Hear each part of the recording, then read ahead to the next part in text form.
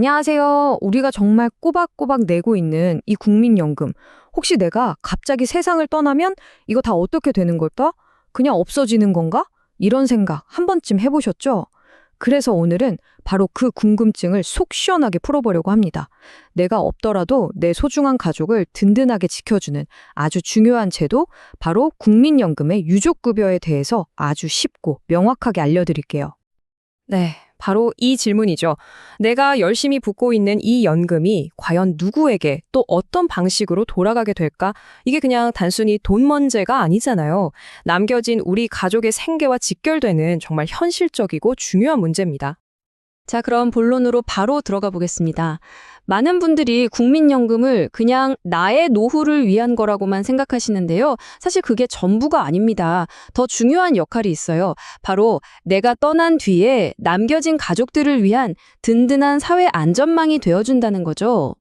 그러니까 딱 한 가지 방법만 있는 게 아니라는 겁니다. 상황에 따라서 총 세 가지의 다른 형태로 가족을 지원하게 되는데요. 지금부터 그 세 가지가 대체 무엇인지 하나씩 차근차근 살펴보겠습니다. 남겨진 가족이 받게 될 급여는요, 크게 세 가지로 나눌 수 있어요. 매달 따박따박 연금처럼 받는 방식이 하나 있고요. 또 어떤 경우에는 한 번에 목돈으로 받는 두 가지 방식이 있습니다. 과연 어떤 조건일 때 어떤 급여를 받게 되는 걸까요? 자, 보시면요. 가장 기본이 되는 게 바로 유족연금입니다.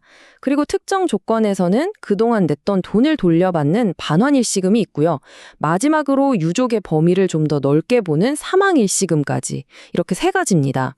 이름이 다 비슷비슷해 보여도요. 성격은 완전히 다르다는 거 기억해 주세요. 그럼 이 중에서 가장 핵심이라고 할 수 있는 유족연금부터 자세히 한번 파헤쳐 보겠습니다. 도대체 누가 우선적으로 받을 수 있는 건지, 그리고 받게 된다면 그 금액은 또 어떻게 계산되는 건지 궁금하시죠? 이 순서, 이게 정말 중요합니다. 유족연금은 여기에 나와 있는 순서 중에서 가장 높은 순위의 사람, 딱 한 사람에게만 지급되거든요.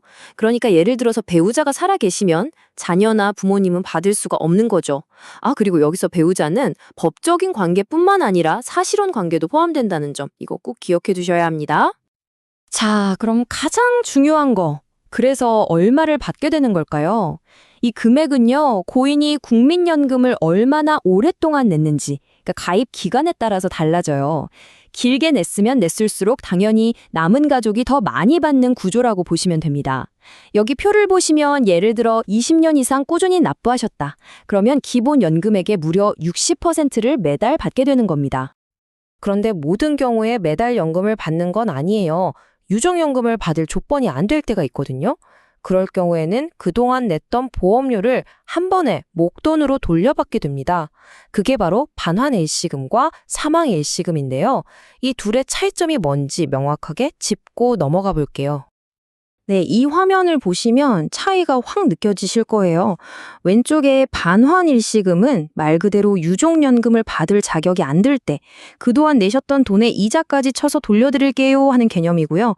오른쪽에 사망일시금은 배우자나 자녀 같은 가까운 직계 가족이 아예 없을 때 형제자매 같은 좀 더 넓은 범위의 친척에게 지급되는 뭐랄까 일종의 장례보조비 같은 성격의 돈이라고 생각하시면 쉽습니다.